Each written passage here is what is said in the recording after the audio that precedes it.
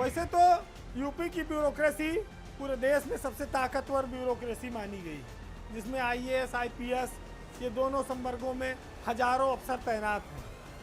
लेकिन पिछले हफ्ते इस ब्यूरोक्रेसी पर एक आफत जैसी आई है। आईएएस से 3 लोगों ने इस्तीफा दे दिया और आईपीएस के 2 अफसरों पर मुकदमे की तलवार लटक रही है, एक पर भ्रष्टाचार में और एक पर फर्जी इनकाउंटर में एफआईआर भी हो गई।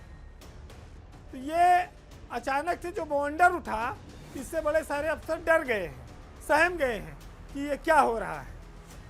अगर आप नज़र डालेंगे तो सबसे पहले जो खबर आई वो दिल्ली से आना शुरू हुई कि पहले जूथिका पाटड़कर ने इस्तीफा दे दिया। वो 1988 बैच की आईएएस अफसर हैं, केंद्रीय सूचना आयोग में सचिव थी, महत्वहीन पद पर।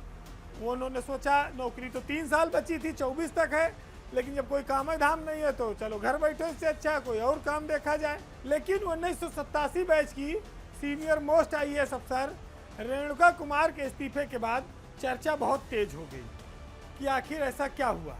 पहले तो उनको अपने मूल कैडर यूपी भेज दिया गया, अभी वो पिछले जून में ही गई थी। 1 साल में ऐसा क्या हो गया वापस आना पड़ा। लोग कहते हैं कि उनकी मंत्रालय में अपने मंत्री से नहीं बनी, वो अल्पसंख्यक मंत्रालय में तैनात थी, वहाँ विवाद हो गया। तो जब यूपी भेजा गया तो उन्होंने भी कहा जाएंगे नहीं, अब इस्तीफा लो। उनकी नौकरी भी जून तक है अगले साल, यानी कि 11 महीने करीब है।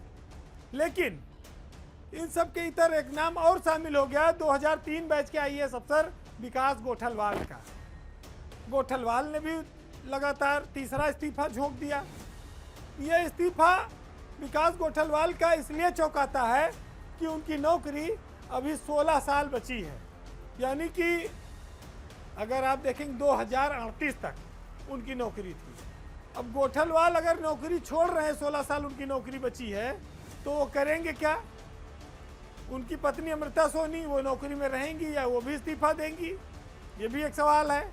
लेकिन बताया ये जा रहा है, चर्चा ये है कि गोठलवाल अभी स्टडी लीव पर हैं और उनकी विदेश में किसी कंपनी में सेटिंग हुई है, वहाँ पर अब वो वहीं पर नौकरी करेंगे, इसलिए वो वीआरएस मांग रहे हैं और उन्होंने अपना इस्तीफा भेजा है। कहाँ करेंगे? माइक्रोसॉफ्ट में जाएंगे, किसी और दुनिया का और कोई कंपनी में जाएंगे, ये अभी बहुत खुलासा इस पर नहीं है। लेकिन जीवन संभावनाओं से भरा है। आईएएस अफसर भी तमाम सारी संभावनाएं ढूंढते रहते हैं। कुछ को व्यवस्था में रहकर काम करने में मज़ा आता है, बहुत सारे ईमानदार हैं, बहुत सारे बेईमान भी हैं, बहुत सारे ऐसे हैं जो नौकरी में आने के बाद सोचते हैं कि कहाँ फंस गए, यहाँ से कहीं और निकला जाए। उस तरह के अफसरों में विकास गोठलवाल को आप देख सकते हैं। और अब वो विदेश में है, उनकी पत्नी भी इसी बैच की अफसर हैं, तो वो भी अपना उनके साथ हो सकता है कि आगे कुछ निर्णय लें। लेकिन अगर हम पुलिस पे आएंगे तो आईपीएस अफसरों पर इस समय थोड़ा उनका दिन ठीक नहीं चल रहा है। पहला मामला रामपुर में एसपी रहे सगुन गौतम का है, जिन पर भ्रष्टाचार के गंभीर आरोप लगे हैं और डीआईजी मुरादाबाद सलम माथुर ने उनके खिलाफ जांच रिपोर्ट सरकार को भेज दी है। ये जो सगुन गौतम हैं, ये 21 और 22 के दौरान रामपुर में तैनात थे, जहां एक शराब माफिया को एसपी कार्यालय पर पकड़वा लिया और 10 लाख रुपया वसूली की गई। उसके बाद उसको फर्जी मुठभेड़ दिखाकर आबकारी एक्ट में जेल भेज दिया गया। इसकी शिकायत हुई तो संजीव गुप्ता को उठवाने की, तो फिर डीआईजी ने अपना पूरा कच्चा चिट्ठा खोल के रख दिया। दूसरी ओर चित्रकूट में एक भालचंद यादव डकैत मार दिया गया था, उसमें उस समय एसपी थे अंकित मित्तल। वो कहा गया कि वो फर्जी मुठभेड़ थी, इनकाउंटर था। अब कोर्ट के आदेश पर उन पर मुकदमा दर्ज हुआ है। तो जो ब्यूरोक्रेसी बहुत चमकदार दिखाई पड़ती है, उसमें कई सारे अफसरों को नौकरी के आखिरी वक्त में बड़े दुर्दिन देखने पड़ते हैं। आईएएस अफसरों का इस्तीफा इसकी एक नज़ीर है।